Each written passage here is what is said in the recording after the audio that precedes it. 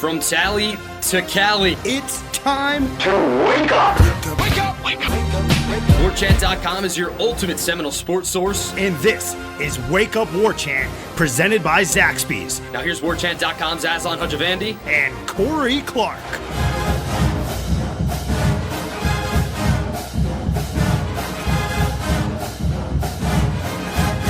Wake up! There we go. I did it. Wake up!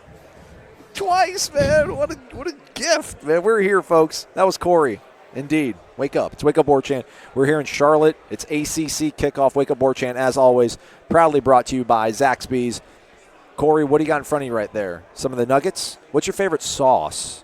I like the nuggets a lot. I like the fact that we left here to go get Zaxby's, despite the fact that there's free food downstairs. Right. I'm a barbecue guy. That's my Okay. favorite sauce. That's what you're looking at right now, the barbecue sauce? Yeah, I like okay. it. It's Yeah, I like the barbecue sauce, too.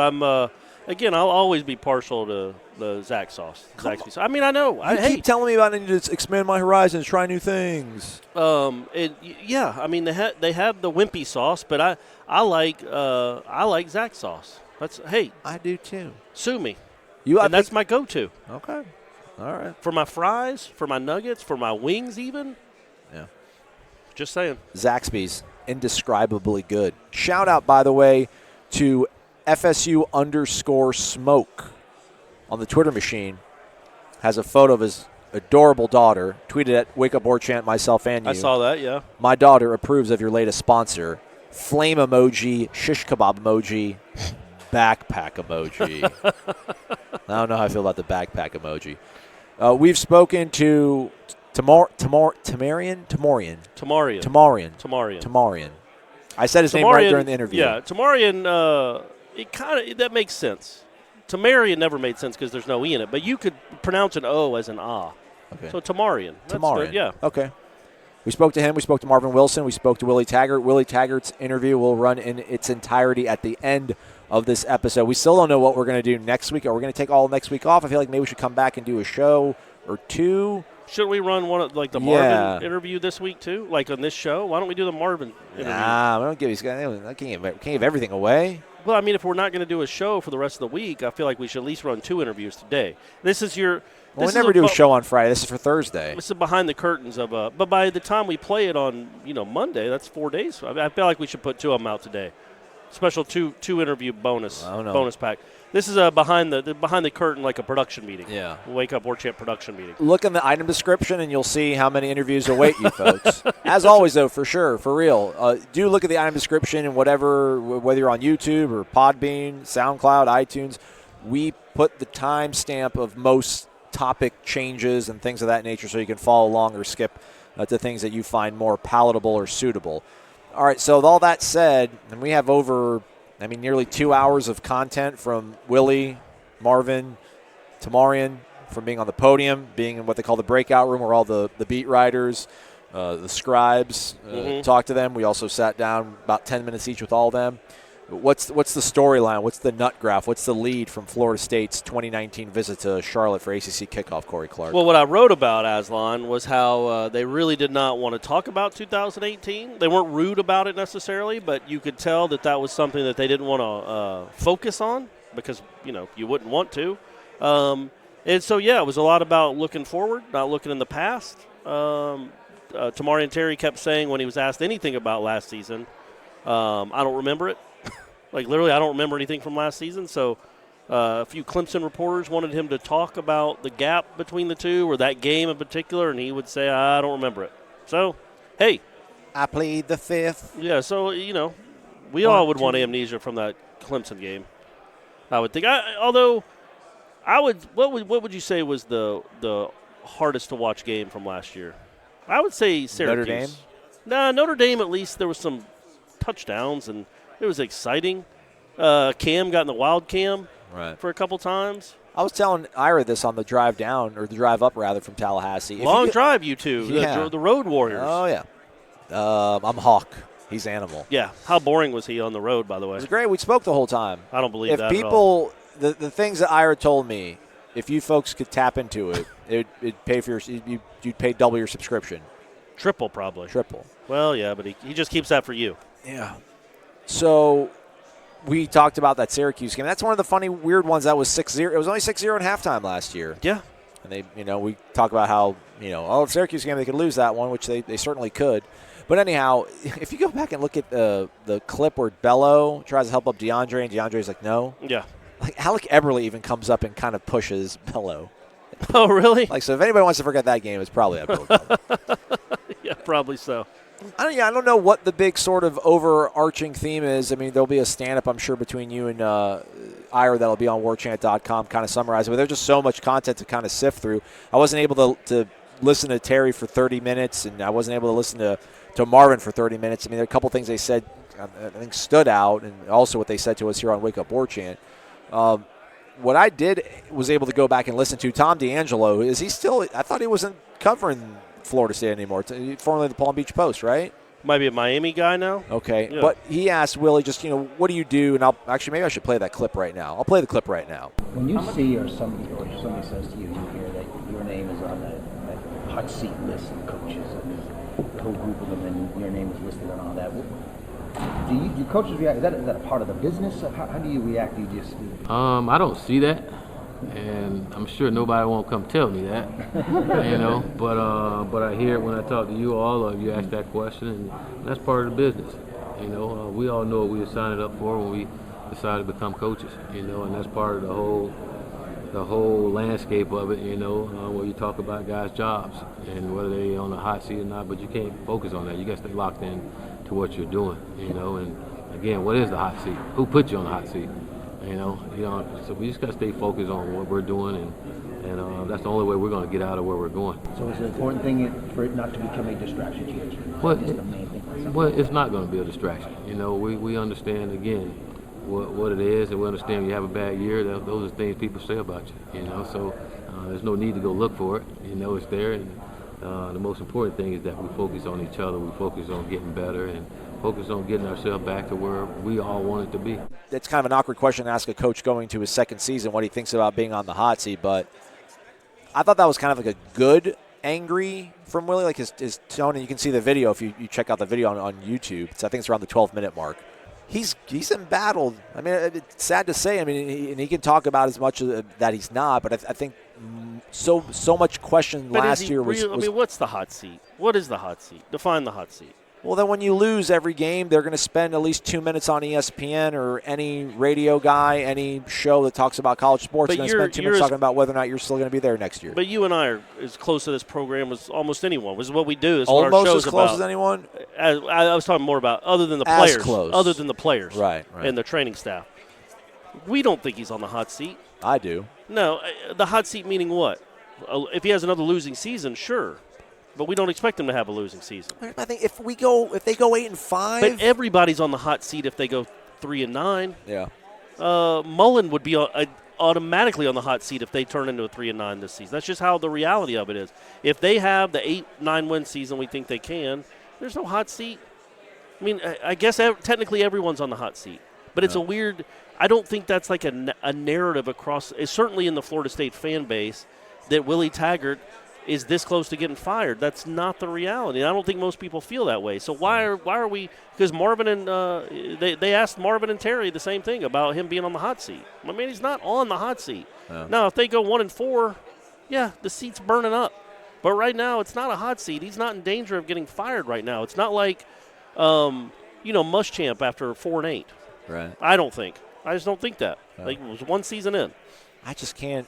I'm just trying to think how we process 8-5 as in like high-fiving each other. But it's not a hot. You're not getting fired after 8-5, right? No. Oh, yeah, no, well, absolutely that's not. So you're not getting fired after. You're not getting fired after 7-6. Probably not. So then to me, that's not really a hot seat. Yeah. All right. Fair enough.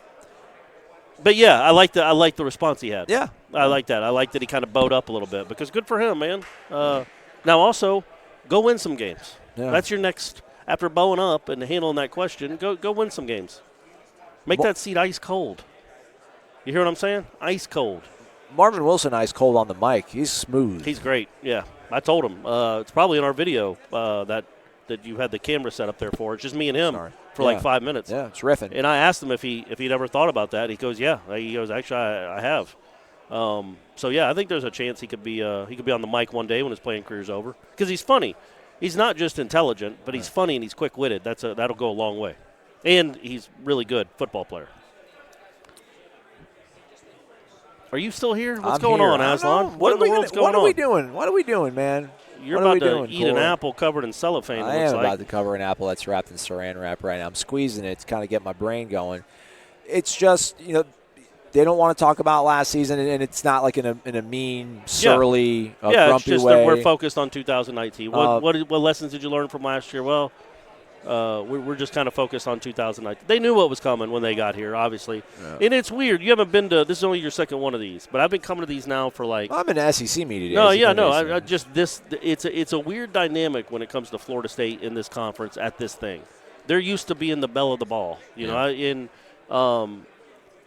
Clemson. It's Clemson. Clemson's the unquestioned king right now, and it's just I don't think any of these people have ever. Well, they haven't. None of us have ever dealt with a Florida State season like the one we saw.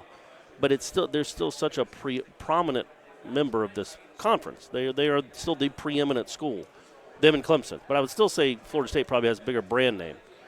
So they are a big story. They are a story. Like them being 5-7. Well, the story is the fact that they're not a story, right? Well, I mean, the story is for these people around here, the ACC media, is, this is the first time to talk to them about what's it like to have a losing record. And, nobody's used to it. Were they getting peppered with that a lot? Yeah. Literally, that was I stood with Terry for probably 30 minutes. And, people come and go. It's not the same people asking the same questions over again. They get their question answered. They leave. Well, so 4 or 5 different people, a Virginia Tech writer, Miami writers, national writers. What's it like? What's it like to have a coach on the hot seat? What was it like to lose? What's the gap between you and Clemson?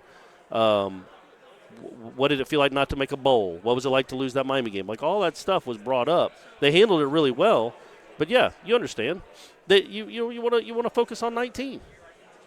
All right, let's focus on 19. What if they're really good?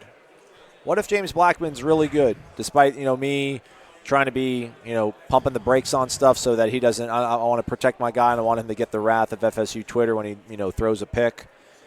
What if he's really good? What if Kendall Briles, as Dino Babers, head coach at Syracuse, who sat down and talked to us? If you guys don't know, Dino Babers actually was at Baylor for like 4 years. I like how he quickly pointed out that he was there like in 20. I left in 2012. Emphasize that. Yeah. Told us that you guys are going to be better, Florida State. Yeah, because you asked him a question. He's like, well, I don't want to give away any secrets, essentially, but just know that you're going to be better. And I thought that was maybe the most real moment of any of the I don't know, real's not the right word, but enlightening. And it was basically one word. Was it the most confidently said from an opposing coach to say you're going to be better? He goes, I don't know about that, but I know you're going to be better. Yeah. Man, I would think as a Florida State fan, when you hear that interview, will you save that till the week of the game? Yeah. Hang tight until October, everybody. September, I don't know when we play. I think that was really enlightening to me. Like, man, this guy truly believes that. I mean, we all do. We've all seen the results, but this guy worked with Kendall Briles and Randy Clements for 4 years, and so he really knows that this guy knows what he's doing. So for him to be that confident, I thought said a lot. And we asked Marvin in the speed round, which you'll hear maybe in the interview today, but probably not probably dropping it today. One of the speed round funny ha-ha questions was, if you had to take a calculus exam but you were allowed to have a partner help you out with it, but it had to be one of your assistant coaches, who would it be? Said Kendall. Right. And, Dino, obviously having high praise for the Briles family, the Briles philosophy, the brand name of the football they play, called it their offense at Syracuse is a cousin of it. If James Blackman keeps growing and is developing the way that I try to get something out of Willie, because, again, I feel like we talk so much about James as a leader. He's a leader. He gained weight. By the way, everybody, he weighs 195 now in the media guide. No, yeah. He's apparently J.R. Smith, doesn't take his shirt off. He's doing all that. He's also going to he's going to make better decisions, I would think, because he's spending so much time hanging out watching film. He's spending so much time in the coach's office. Willie said there was times last season, I don't want to spoil everything in the interview, but there's things that James has done, has grown, tangible things from last year to now. I feel like that's an upgrade to what was there last year. Tamarian, Did I say it right? Yeah, you got it. You nailed it. You nailed it on the 100th try. You know, he's it, man. He's the goods. He's going to be really good. Keyshawn Helton, my number 5 player on offense. Randy Clements knows how. And there's still yet to be published Aslan top 40. Yes. You know, Randy Clements knows these plays, how they're supposed to be blocked. He can tell Cam, this is what you need to look for. I think that's something that we're kind of underlooking, too, is that Randy Clements has been a run game coordinator. I think he'll be in Cam's ear, a few times. And hey, listen, this is what you need to do here. This needs to be your first step. This is what you need to look for. This offense should be really good. And Tom Block was telling me this yesterday. Well, it should be better. But again. But what's good? No, I'm not. It's not a philosophical question. No. It's that offensive line. The skill position gets you so excited because rightfully so. They'll figure out a way. If they can figure it out, if they can, and I think they will. If they can, yes, this offense has a chance to be really good. Good. Not who's going to be the really tackles, good. though, man? I mean, I just talked out both sides of my mouth. Probably Walter Jones on one side. And tackles worries you. I mean, Trey Thomas. Again, you've got 5 legitimate. You've got Baby, Baby. Dante Lucas, Pope. They call him Pope, by the way. Do they really? Plays like Pope. Hey, Pope. Yeah. Brady Scott. Great Scott. Cole Minshew. I can't do one for that one. Do one. And there's another guy whose name escapes me right now. Just for Minshew. Just for Minshew. I like that. I did put just for Minshew. I know on it my looks. beard. Man, it looks really, really dark. Did you like it? I left it on too long. I left it on too long. Well, it looks good though. Yeah, I like it. But there's 5 guys that got to choose from to figure out How long did spots. it take to get that dark? 5 minutes. Really? Yeah, it's crazy. Yeah. That is crazy. Yeah. And did you go shower right afterwards? Absolutely. And it stays there. Yep. That's crazy. All right, I'm doing it. I am doing it. I thought you were. That's why I know. I'm doing it. I'm doing it. That's why I was asking those questions. I'm doing it. I'm ready to do it. Okay. There's got to be a way they'll figure out to make a way to make the offense work even with that offensive line, which is going to open up a whole other Pandora's box of questions. But I just feel very optimistic about this offense right now, and I don't want to be the Kool-Aid drinker. We know the origination of Kool-Aid. Flavor Aid. I mean, that's kind of what I'm feeling, the palpable sort of buzz of just, I don't know if Willie's trying to protect maybe this time around. Last year we talked about, people think that I've unfairly criticized him for not setting this fan base up for potential disappointment maybe around the bend. I think he really thought they were going to be a good team last year. I don't know if maybe he's taken a cautiously optimistic approach, but what I was trying to say there is last time we were hanging out with Tom Block of Seminole IMG Radio Sports Network, Tom Block said that he thinks that we've overcorrected too much if you're a fan. Right. People that speak about the team. We thought this team was going to be so good last year, and we got so burnt that we're now talking about they're absolutely horrible. Right. They'll be lucky to win 7 games kind of a thing. And it's like, well, maybe 7's the floor. And 9. Yeah, I think that could be 9 or 10 could be the ceiling. I think so. The media guy got released. I mean, we should maybe touch on this stuff kind of real quick, and then we'll go to Willie. I don't want to make the show too long. Yeah, we both got long drives. Yeah, and I got to read in complete opposite directions. Yeah. New York City this time? Cleveland. Okay. It's the New York City of Ohio. Okay. So right on. Hitting the cleave for 4 days with the son and the girlfriend. Yeah, I think Blackman's obviously what everybody cares about. I mean, he went from being listed at 176 and now he's at 195. Yeah. Does it matter that James Blackman has put on 19 pounds? I mean, I don't know. I'm sure it makes him maybe more able to take a beating, I guess. Right. But if you tear your knee up, it doesn't matter if you're 220 and chiseled or if you're 160. I mean, you know what I mean? I don't know how much that really matters. This podcast sucks today. We got to get better. We got 5 minutes. Let's figure out something to do. It's my fault. I don't know what to talk about. Well, this doesn't suck. It's not been good. Let's bring in Ira. Save this podcast from itself, Mr. Schofel. I'm happy to help, buddy. Yeah. No offense to Corey. I just wasn't emotionally or mentally prepared to really do a podcast, but I kind of had to tough it out. But there's a couple things that came to mind after talking to you, Ira, because you just so astutely cut to the core of most subjects. A couple things that people are always talking about. Well, I guess let's start with that first. I tried to get into team talk, but it couldn't really function with my brain or get Corey to hop on board. But the whole ACC thing, how weird is it that Florida State, and listen, it's a football thing, it's ACC Kickoff, it implies football, People are in there asking basketball questions about NC State. Get on with it, people. But it was kind of weird just to not feel the juice around Florida State. Like, when the Noles are walking around the halls of the West End in July, it's usually like a buzz. There's a ooh, there's an ah. There wasn't that, and then they kind of got slighted on a video montage that didn't include them. And they're in the conference. They've won your national titles in football. Yeah, going into it, I kind of thought there would be like a lot of tough questions of Willie and people kind of grilling him about the season they had and what's gone wrong and is he on the hot seat and all that stuff. He got a couple of questions, but I was really surprised how tame it was. And then I realized it felt like there just wasn't a lot of interest. Like Florida State wasn't the story.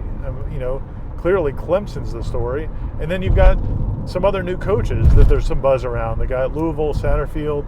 The Coastal's going tomorrow, but you'll have a new coach at Georgia Tech and new coach at Miami. And so there's just, it seems like people are focusing on other storylines and basking in the glow of Clemson, which is fine. They deserve it. But it's just weird. It's weird to go to an ACC Kickoff. I've been going to these things since the early 2000s, and I can't remember a time where Florida State was just felt like one of the other schools. It felt like Florida State was, one of the seven dwarfs. It felt like they were not the belle of the ball, and that's just weird. And then, like you talked about that video. We could talk about that a little bit, but I think that was kind of emblematic of the whole day. Yeah. So they played a video. Well, they did pretty cool. I don't know, cool or good, whatever have you. The ESPN, the ACC network executives, the coordinating producer, some of the execs, as I just said there 3 seconds ago, got up and kind of laid out the broadcast team. Dave O'Brien. Was Dave O'Brien was he ever like a Braves guy? I feel like Dave O'Brien used to do Braves games. But anyway, Dave O'Brien did a lot of MLB for ESPN. I think he still does. He and Tim Hasselbeck, which is crazy. Tim Hasselbeck, who they've invested all sorts of time and money into developing as one of their NFL analysts, is going to do color analysts. He'll be the number 2 team with a young lady. Her name escapes me, Miss George. I forgot her. Katie George, I think. I don't know. Her last name is George. So they announced that, but then they also kind of talk about, well, here's our program, and it's going to be called The Huddle. Sounds like they're going to have a 1-hour pregame show on Saturdays, in which they're going to kind of whip around to the different, ACC venues.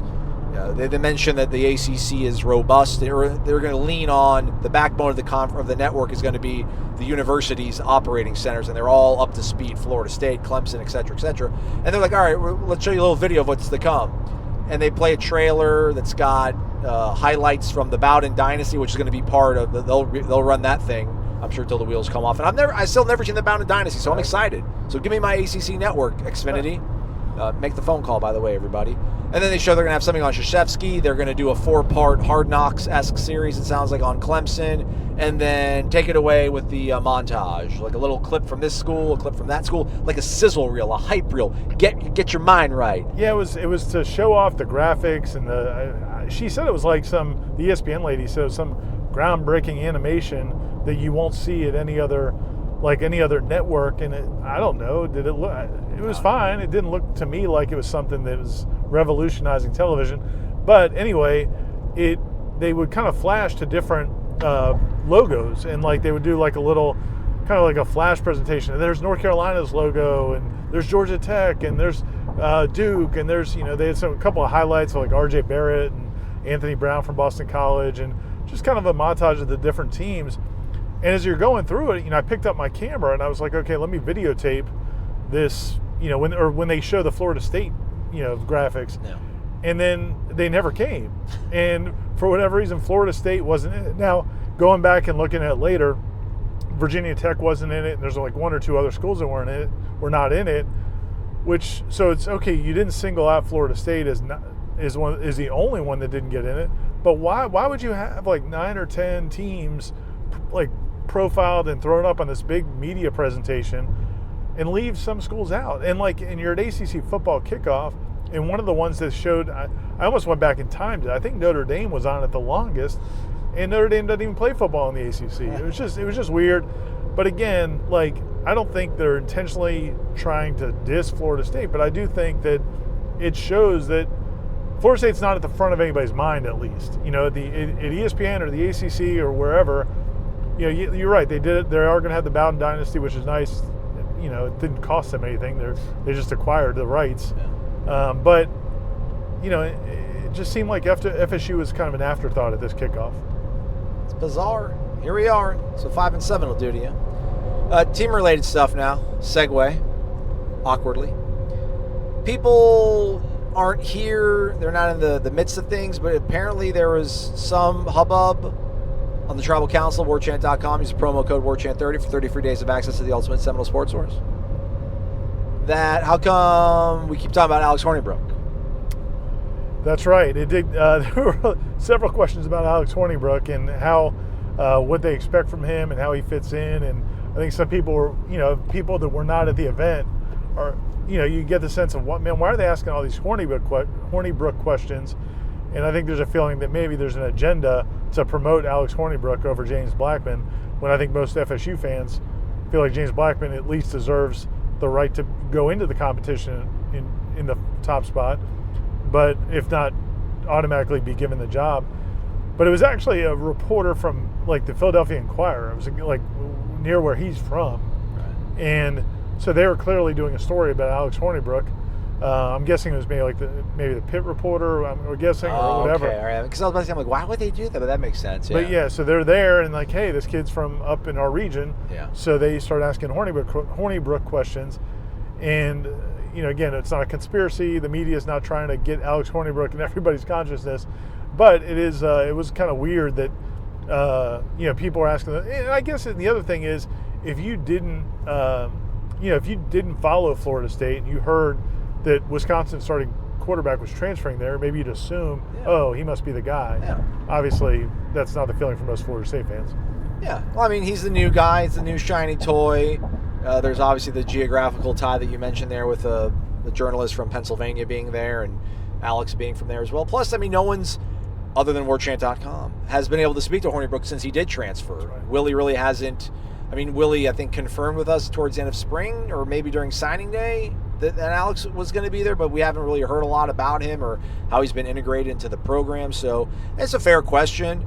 And for whatever reason, you know, I mean, talk about Florida State's not at the front of people's consciousness and in the front of people's minds. I don't think James Blackman is either. I mean, if from the outside, again, if you don't know Florida State, I mean, I think we can assume that if if there was a freshman who started for, like Tommy DeVito started for Syracuse in a pinch for Dungy last year, say he, weren't to start this season, and then he comes back in 2020 as their starter, you'd kind of be like, well, what happened there? That's kind of weird. Somebody started for an entire year and then was, sat and redshirted. Like, what's going on there? So there might be that sort of assumption by people outside the Tallahassee media that maybe James Blackman doesn't have any sort of upper hand, leg, edge, whatever you want to call it. But Willie was asked about, I guess, where the pecking order is now, and gave an answer that might have been misconstrued by some. So everybody chill out there. But yeah, I mean, he made it clear. All he made clear was that James Blackman will go in with a slight lead. I mean, he's going to be, if somebody has to go out first, he's going to be the guy. I think he's just trying to be good to Alex Hornibrook, right? I mean, they convinced him, he and Kendall Briles convinced him to come here. I'm sure they told him he had a fair chance for the job. Yeah. You don't want to pull the rug out from underneath him and say, no, it's James Blackman, it's 100% his job. Absolutely. And so he's not doing that. And he's saying it's a fair competition. But, somebody has to be first, and it's going to be James Blackman. And, he's got more time in the system and more time running the offense. Does he though? It's a whole new offense. Well, but you also, Briles. I thought, your questions, you try to get some of the Florida State people to talk about James as more than just a leader. Everybody talks about his intangibles, and you were trying to kind of nail Willie and some of the FSU people down on, okay, what exactly does he bring as a quarterback? And didn't get a lot of specifics. No, didn't. Still didn't, man. Why can't we? No one talks about, oh man, he's just spinning it out there, man. The ball's coming off his arm just so much more hot, and he's making better throws. I mean, we never hear about him as a actual thrower of a football. We just hear him as a leader of a football team, which is not a slight, it's not a knock on him. But I think at some point here, we got to start talking about what kind of player he's going to be rather than the intangible stuff. But I guess that'll come at some point. Yeah, and I think it just makes you wonder because, again, we did see him 2 years ago, and I think everybody agrees. You've made the point repeatedly on Wake Up War Chant, and I think it's... You listen? You listen to the show? Oh, of course. It starts my day. All right. I sit at home and I yell, "Wake up!" But they, it's not fair to judge him on that year. Not only was he thrust in as a true freshman under Jimbo, but, that offensive line was terrible. And so, now he's, you want to see his progression, but you'd like, it would be nice to hear some details like, oh, yeah, he really struggled at this earlier, but he's come so far. And we haven't really heard that. Well, maybe we'll see it. But, nobody. But, it also could be like certain guys, like if a receiver is really smart, and everybody always talks about how smart he is, then people aren't going to talk about, oh, well, he also has good hands or he also runs good routes or whatever. People focus on what your greatest strength is, I think. So maybe that's the bright side of it. Willie's greatest strength, it seems like, is hope, right? Keep optimism, keep the faith. I believe this team is going to turn it around. We will get there. Believe in me, believe in this team. Last year he talked about on the podium in front of everybody in the ballroom about, he read what people had wrote about the 2017 team and how things went down, and he figured that he was going to walk into a locker room with a bunch of, he used the turds. Yeah, there you go. Thank you, Ira. And he's like, no, that's not who our kids are at all. I was very surprised by that. I mean, at no point did he temper enthusiasm or expectations to be like, well, we're going to chase excellence and we want to get back to where we got to go. It's going to take us some time, but I think we're heading in the right direction. I don't know, did he approach things any differently? Was there more of a cautious optimism from him? I mean, you were able to talk to him a lot more. I was running around just trying to make sure all the cameras were working.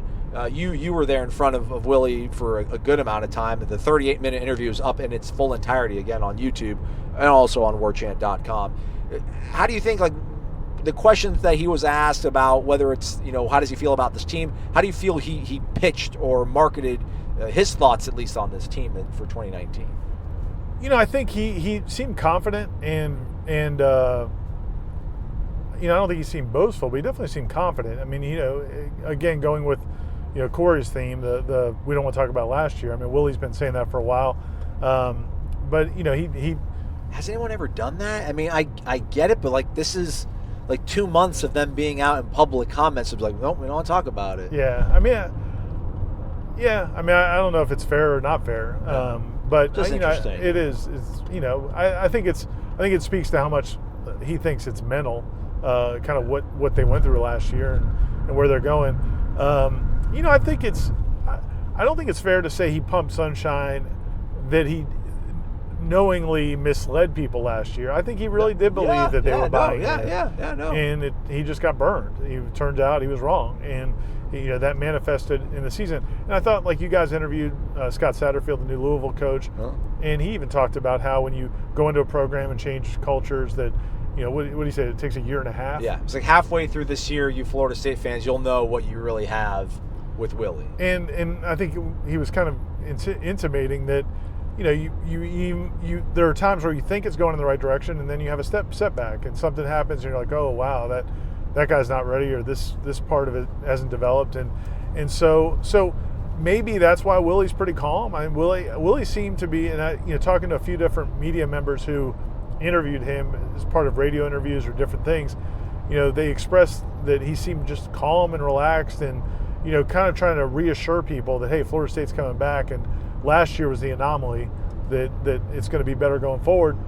I don't know that people are running out and buying Florida State stock, but he seems, he seems confident. If he's accurate, then good news, Florida State fans. I mean, this might be a much better season, maybe a better season than you hoped. The problem is, I think, as of right now, I don't know that a lot of Florida State fans are buying it right away. I think I kind of am. I was trying to get Corey on board and trying to get me a little juices. I got a good feeling about the offense. I don't want to talk about the defense. It's got a good feeling about the offense. Then I start thinking about, who the tackles are going to be. But I like the interior of the offensive line. I like Cam. I like Tamorian. Said it right, correct? Tamorian. I got to just change that O to an A. I'm sorry. why is it so hard for me to say that? I don't know. But then Keyshawn Helton, as you might not know or do know because you listen to Wake Up War Chant. He's a superstar. Yeah, and the Aslan Hajavandi unofficial top 40. I put him all the way up there. He's got that. He ain't gonna get denied, man. Give me the ball. They seem. I mean, again, man, like they seem very confident in the offense. That's one thing I thought. And I'm going to mention this in my 3-2-1 column, which will be up on the site. But they're not like if they were rocked emotionally at the end of last season, if they were defeated or deflated, like you don't sense that anymore. Like they. From Marvin to Tamarian to Willie, they really seem to be very confident. I mean, Tamarian's in it, maybe it could turn out to be false confidence. We'll see, but they're not, they don't seem wounded. I think there's, and Willie talked about the chip on their shoulder and all that kind of stuff, and Willie certainly feels like you do about the offense. I mean, he praised. I mean, he thinks the offensive line's gonna be a lot better. He thinks he loves Kendall. He loves what Kendall and Randy Clements are doing with their guys. He loves Ron Dugans. I mean, he seems so happy with the offensive staff and the offensive direction. If he's close to right, I think you're gonna be right in your assessment. Yeah, I just feel like, and he kind of mentioned here in the interview that's coming up here in a minute or two when I stop talking, that just seeing the offensive linemen. Not even in pads, but just the way they work and communicate has him feeling that much more optimistic about things. And then it just comes to the point where it's so, I've criticized Willie for always trying to make things so simple when I think football still involves many tactics and strategy. But like Kendall Browse has his plays. He's got his route combinations. He's got his inside power running game, the things he likes to do. Randy Clements knows exactly how to block those plays up. Like what player... You can look at the player and figure out this guy can fit into this role in this offensive line. And I think he can even get into like Cam Akers' ear and let Cam know, hey man, on this play, this is the way you want to sell. Then, I just think that there's got to be so much synergy in there. And when you start thinking about Willie's plays, Willie's terminology being quasi-implemented or taught by, the great, who was our offense coordinator last year? The great Walt Bell. Like Walt Bell having to teach Willie's concepts that they're somewhat all related and entangled together because they're all spread up tempo concepts. But like it's like telephone, right? Like it keeps getting passed out from one person where it's like, this is it, man. This is the Magna Carta guy. This is the Rosetta Stone. It's Kendall Browse, his dad's offense. Randy Clements is the guy that's been coaching and protecting their quarterbacks for the last 15 years. It's got to work out fine. And there's the talent around that should be, at least on the outside, the skill positions, enough to figure out ways to overcome any sort of deficiencies on the offensive line. Well, another thing I thought was interesting, and I don't know when you're going to run it, but you guys interviewed Dino Babers. We did. Who was on that Baylor staff a while ago, back in the day when they had RG3 and those guys and putting up 1 million points a game. And he worked with Clements and Browse, and he even said, Dino Babers, head coach at Syracuse, even said that they run a cousin of that offense. Yeah, Syracuse, we're a cousin of that. Yeah, they're using a cousin of that offense. And he said, other teams are using similar offenses, but basically he said, like you kind of need a Browse. I mean, he said Kendall, when he was helping, he was an established coach at that point. Kendall was a young pup, but Kendall knew that offense from his dad better than Babers did and better than anybody else on the staff. So again, you're kind of getting the real McCoy about running that offense, and maybe that's what gives. Let's go. Maybe that's what gives. I don't even talk to him. I can't wait to talk to him. I can't wait to talk to Kendall. Hey man, how are you, man? You're just gonna sit there and fanboy over him. Yeah, man. Let's talk about ball. But he's gonna be your Jimbo. Yeah. You're gonna be like, Kendall, could you talk with a West Virginia accent for me? Talk a little faster. Can you go a little faster? Speed it up, buddy. Yeah, so we'll see. I mean, but maybe that's it. Maybe that's why Willie seems so confident. But look, at the end of the day, the one thing it is simple is if you've got really good athletes, which I think they do, maybe not Clemson level, but they've got really good athletes, better than most teams are going to play. If you've got really good athletes, you've got a really good scheme, you've got good assistant coaches who can teach it, and if the guys work hard and compete, that's all you really need. the first three of those things we think they've got. They've got athletes, they've got a good system, they've got good assistant coaches. I think everybody thinks they have good assistant coaches. So the only thing that's really missing is, we don't know. They're talking up the fact that they're working hard, and they're, Willie said this has been just 180 degrees different from last summer, and how hard they're working in off-season workouts. If that part is true, then why shouldn't they be successful? Yeah. All right. I believe I was about to take a weird turn, but I'm not going to. We're going to finish out the last 3 minutes of Corey and I babbling, and then Willie Taggart's going to talk, I promise. Ira, thanks for saving the show. Anytime. It's been all right. We're at ACC Kickoff. We're in Charlotte. This is it. Like, it's football season. We're here. Yeah, kind of. We still got 2 weeks left. We both got rides, a long drive I back. don't care about that, man. I'm not worried about that. I'm about what's in front of my face. I don't know. I just know that I was talking to you, and you literally just were not. You were off into space, and you were holding that apple. And that's when I was like, you know what? Maybe I'll just shut it down. Let's see what Aslan can do. All right. No, I mean, this is all my fault. This is all my fault. Buddy, it's not going to be great all the time. That's why I say we run that Marvin interview, too. That'll really pick things up. Nah. All right. We got to come back stronger. Fair enough. Here's Willie. All right, folks, here we go. As stated, and you're all here for it. Willie Taggart, head football coach of the Florida State Seminoles, joining Corey and myself here on Wake Up War Chant in Charlotte. Coach, how are you? I am doing excellent. You are. You look good. You look radiant. You're vibrant. You're ready, right? I'm ready, baby. Yes, sir. Is this more fun this year, or the questions and then the pace and the tempo of everything? Yeah, it is, because you know what to expect now. So last year was all new, just like everything else, but now you know what to expect. These two guys, why did you pick Tamorian and why did you pick Marvin? Well, I like the way those guys been working this off season and the things they're doing, and I thought they would be good to come and represent us right now, and I think our team feel the same way about our players that we've chosen, and I've been proud of them. I've already talked to Marvin about it. When his playing career is over, whenever it is, well, he needs to get into this business. Yeah, he'll be good. Now, Tamarion Scary Terry on the other hand, now he's a little scary. He was a little scary today. I was going to say you can tell he's a little nervous, man. We were just talking to him, like, coming from where he came from, that small county. I don't even know if you know where Turner County is, but not many people do. Right. And for him to be in that, grow up there, and then to be on that podium with his picture behind him, I can't even imagine what was going through his head. He was nervous, and I told him he would be, but he's got to do it more so he can get comfortable at doing it, and I think this experience is just going to help him as he moves forward. Yeah. Coach, I'm nervous that we got such high expectations for him, but everybody knows about him now, and he's going to get double teamed, and he's going to get scouted left and right. I mean, how much confidence do you have that he'll be able to rise above whatever defense throw at him? Well, I think he will, but if he's get double teamed, that means somebody else is in single coverage, and we feel like we have some talented receivers, and we'll love for our guys to be in single coverage if we can get it, But I also think it's going to help because he has another year of experience. It's going to help him as well. He's going to have a better understanding of the game and how it's played and understanding what we're doing and what we want to get accomplished. So I think it's going to help him as well, just having another year here. Does he remind you of anyone you've coached before or been around, the combination of size and speed? No, I just hadn't had that opportunity to have guys like him before. It's fun, right? Oh, yeah. And I noticed him the first day of bowl practice when I got here.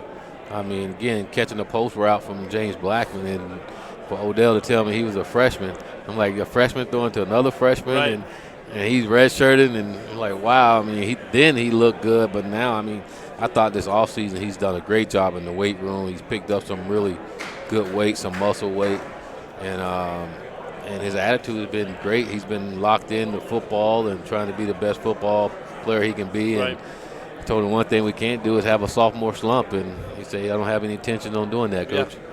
Another guy who's been doing really good in the weight room seems like is James, and everyone keeps looking at James Blackman's weight. It's close to 200. Everyone's stoked about that. But, we always hear about James about how good of a leader he is. No one really seems to talk about how good of a quarterback he is, his arm talent, hand talent, decision-making. Can you talk about the growth maybe you've seen from him in that department? Well, I thought last year was huge for him, just redshirting and sitting on the sideline and seeing the game from over there. I thought it was huge, and I thought he grew up then. I mean, there was time when James would come to me about certain things that he saw and what he thought. And, again, that wasn't him at the beginning of the year, but as the year went on, he started to see certain things, and I thought it helped him just understand the game better. And as this offseason would come about, you can see it in him. You can see the way he go about work. You can see the the amount of work that he's put into it now. I've never seen James up at our office as much as I do now and learn the offense. And then for me, what I'm excited about, we talk about leadership. He's always been a leader. I felt like he's become even more of a leader now, just from an accountability standpoint and holding his teammates accountable, and getting his receivers to do extra work when they don't have to on days off, or those guys are out there working now, but a lot of it is just him growing up and seeing a lot of the things that he's seen over the last couple of years. Now he's going to be a junior. That makes a big difference, and you can see the confidence in him and the way he go about working, and then when he's gaining the weight that he's gaining, he's got a lot of confidence. Now he'll walk around with his shirt off. Now he's just showing the little pecs and everything. Now it's pretty cool. I'm like, all right, James, you got to put your shirt on in the hallway, buddy. He's like J.R. Smith now. He just always walk around with his shirt off. When you saw the replay of the lateral, the double pass against Miami, how'd you not lose your mind? How'd you not lose your mind? Like, how is it not even reviewed, Willie? It wasn't going to make it better. It wasn't me losing my mind wasn't going to make anything better. And me getting out of whack wasn't going. That game wasn't over with. I was trying I mean like the next day or even later that night on the plane when you're looking at it. Even then, it wouldn't do anything. It just would have frustrated me more, right. And it's just one of those things. Sorry. I didn't mean to bring that up. So good today. I know, man. I'm sorry. I thought about it. I'm like, man, I don't know how I wouldn't have called a press conference. But it wouldn't have changed anything. Yeah, right. You know what I mean? And that's the sad thing about it. Whether it's right or wrong, right. It wasn't going to change anything because it was made. And I just wish there was a system in place where they would review plays. Absolutely, and it's supposed to be. Yeah, right. I thought I remember watching a game where that happened once or twice.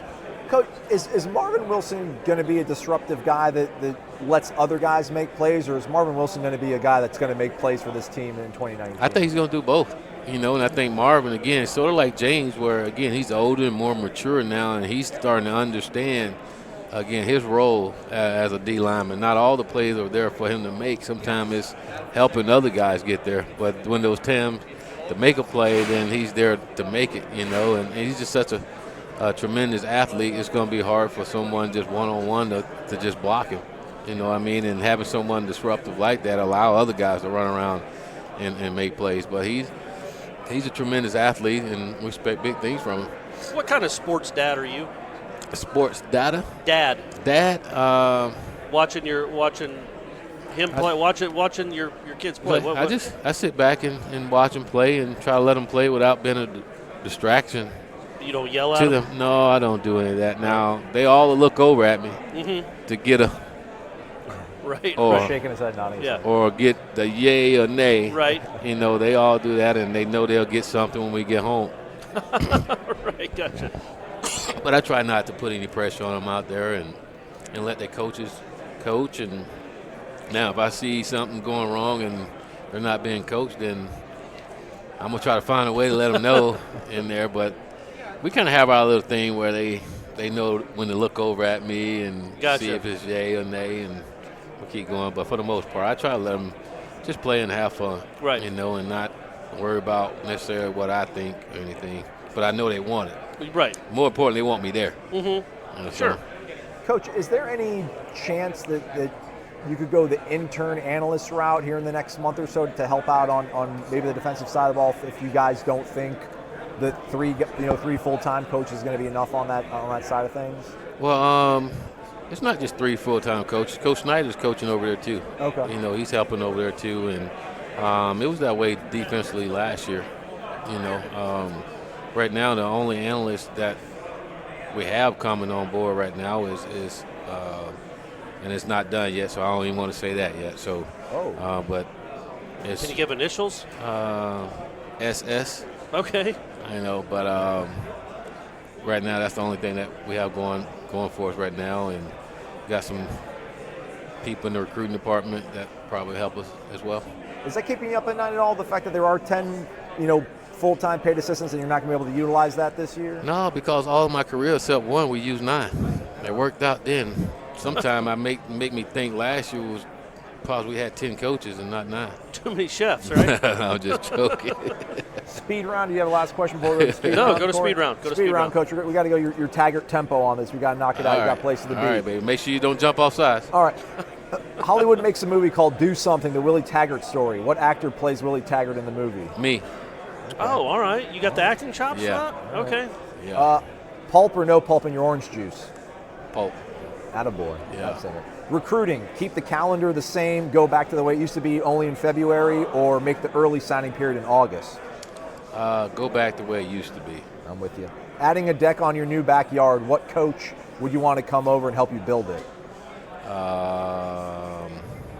On my staff? Yeah. Probably Coach Woody. Okay. NCAA chooses to end overtime. They're going to have Jeopardy, break ties. What player would you pick to represent Florida State? And it's Jeopardy? Yeah. Maybe Logan Tyler. Favorite comedian? Eddie Murphy. Longest drive you've ever had to take to visit a recruit? Longest drive? I'll say probably 4 hours. Oh, you get those private. You get the plane, man. You get to Now. live it up. Now, yeah. You get $1 million to either skydive or run a marathon. Which one would you do? Run a marathon. Okay. What's the largest family gathering you've ever encountered on an in-home visit? Has anybody ever brought out like third cousin, nieces? Oh, yeah. I've had one where everybody showed up. We had a cookout. We were there. Everybody was there. Did you land the recruit? Nope. You had to do it. Cookout. But Last one. he went bigger. Yeah. I got you. What's your favorite kickoff time? Noon, 3:30, or 8 p.m.? Anytime there's a ball game. There we go. Don't matter. There you go. Your head There you football go. coach, Willie Taggart of the Florida State Seminoles, joining us here on Wake Up War Chant. Coach, as always, Appreciate you thanks for your guys. time. Be Thank safe you very going much. back. man. Go Nose. The universe is a big place, so you should feel especially lucky you ended up on the same planet with Zaxby's. And right now, we're cooking up our special Cajun Spiced Blackened Chicken for our Cajun Club Sandwich and Black and Blue Salad. It's an intergalactically delicious taste experience, and you don't have to travel light years to get it. The Cajun Club Sandwich and Black and Blue Salad, only at Zaxby's.